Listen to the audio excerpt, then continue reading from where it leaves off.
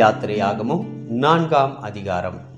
அப்பொழுது மோசே, அவர்கள் என்னை நம்பார்கள், என் வாக்குக்கு செவிகொடார்கள், கர்த்தர் உனக்கு தரிசனமாகவில்லை என்று சொல்லுவார்கள் என்றான். கர்த்தர் அவனை நோக்கி, உன் கையில் இருக்கிறது என்ன என்றார். ஒரு கோல் என்றார். அதை தரையிலே போடு என்றார். அவன் அதை தரையிலே போட்டபோது அது சர்ப்பமாயிற்று. மோசே அதற்கு விலகி ஓடினான்.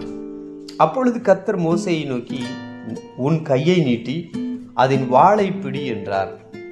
அவன் தன் கையை நீட்டி அதை பிடித்தபோது அது அவன் கையிலே கோலாயிற்று. ஆபிரகாமின் தேவனும் ஈசாக்கின் தேவனும் யாக்கோபின் தேவனுமாயிருக்கிற தங்கள் பிதாக்களுடைய தேவனாகிய கர்த்தர் உனக்கு தரிசனமானதை அவர்கள் நம்புவதற்கு இதுவே அடையாளம் என்றார். மேலும் கர்த்தர் அவனை நோக்கி, உன் கையை உன் மடியிலே போடு என்றார். அவன் தன் கையை தன் மடியிலே போட்டு அதை வெளியே எடுக்கும்போது இதோ அவன் கை உறைந்த மலையைப் போல வெண்குஷ்டம் பிடித்திருந்தது.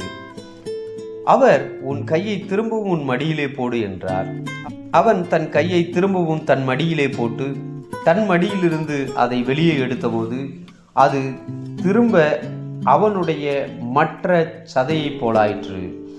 அப்பொழுது அவர் முந்தின அடையாளத்தை அவர்கள் கண்டு, உன்னை நம்பாமலும் உனக்கு செவிகொடாமலும் போனால் பிந்தின அடையாளத்தை கண்டு நம்புவார்கள். இவ்விரண்டு அடையாளங்களையும் அவர்கள் நம்பாமலும் உன் வாக்குக்கு செவிகொடாமலும் இருப்பார்களானால் அப்பொழுது நீ நதியின் தண்ணீரை மொண்டு நிலத்தில் ஊற்றுவாயாக. நதியில் மொண்ட தண்ணீர் வெட்டாந்தரையிலே இரத்தமாகும் என்றார். அப்பொழுது மோசே கர்த்தரை நோக்கி, ஆண்டவரே, இதற்கு முன்னாவது தேவரீர் உமது அடியனோடு பேசினதற்கு பின்னாவது நான் வாக்கு வல்லவன் அல்ல, நான் திக்குவாயும் மந்த நாவும் உள்ளவன் என்றான். அப்பொழுது கர்த்தர் அவனை நோக்கி, மனுஷனுக்கு வாயை உண்டாக்கினவர் யார்? ஊமையனையும் செவிடனையும் பார்வையுள்ளவனையும் குருடனையும் உண்டாக்கினவர் யார்? கர்த்தராகிய நான் அல்லவா? ஆதலால் நீ போ, நான் உன் வாயோடு இருந்து நீ பேச வேண்டியதை உனக்கு போதிப்பேன் என்றார். அதற்கு அவன், ஆண்டவரே, நீர் அனுப்ப சித்தமாயிருக்கிற யாரையாகிலும் அனுப்பும் என்றான். அப்பொழுது கர்த்தர் மோசேயின் மேல் கோபம் உண்டவராகி, லேவியனாகிய ஆரோன் உன் சகோதரன் அல்லவா? அவன் நன்றாய் பேசுகிறவன் என்று அறிவேன். அவன் உன்னை சந்திக்க புறப்பட்டு வருகிறான். உன்னை காணும்போது அவன் இருதயம் மகிழும். நீ அவனோட பேசி அவன் வாயில் வார்த்தைகளை போடு. நான் உன் வாயிலும் அவன் வாயிலும் இருந்து நீங்கள் செய்ய வேண்டியதை உங்களுக்கு உணர்த்துவேன். அவன் உனக்கு பதிலாக ஜனங்களோடு பேசுவான். இவ்விதமாய் அவன் உனக்கு வாயாக இருப்பான், நீ அவனுக்கு தேவனாக இருப்பாய். இந்த கோலையும் உன் கையிலே பிடித்து கொண்டு போ, இதனால் நீ அடையாளங்களை செய்வாய் என்றார்.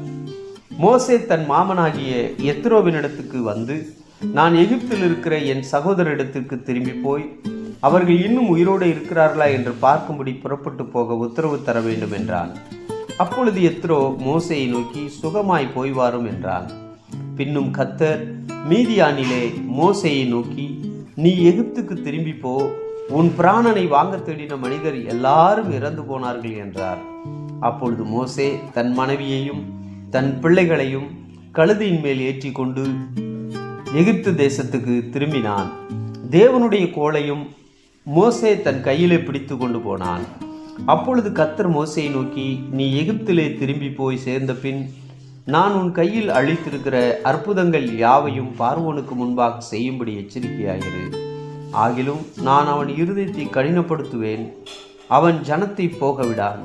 அப்பொழுது நீ பார்வோனோடு சொல்ல வேண்டியது என்னவென்றால், இஸ்ரவேல் என்னுடைய குமாரன், என் சேஷ்ட புத்திரன், எனக்கு ஆராதனை செய்யும்படி என் குமாரனை அனுப்பிவிடு என்று கட்டளையிடுகிறேன்.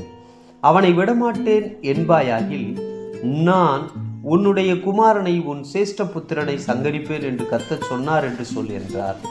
வழியிலே தங்கும் இடத்தில் கர்த்தர் அவனுக்கு எதிர்பட்டு அவனை கொல்ல பார்த்தார். அப்பொழுது சிப்போரால் கருக்கான ஒரு கல்லை எடுத்து தன் புத்திரனுடைய நுனித்தோலை அறுத்து அதை அவன் கால்களுக்கு முன்பாக எறிந்து, நீர் எனக்கு இரத்த சம்பந்தமான புருஷன் என்றாள்.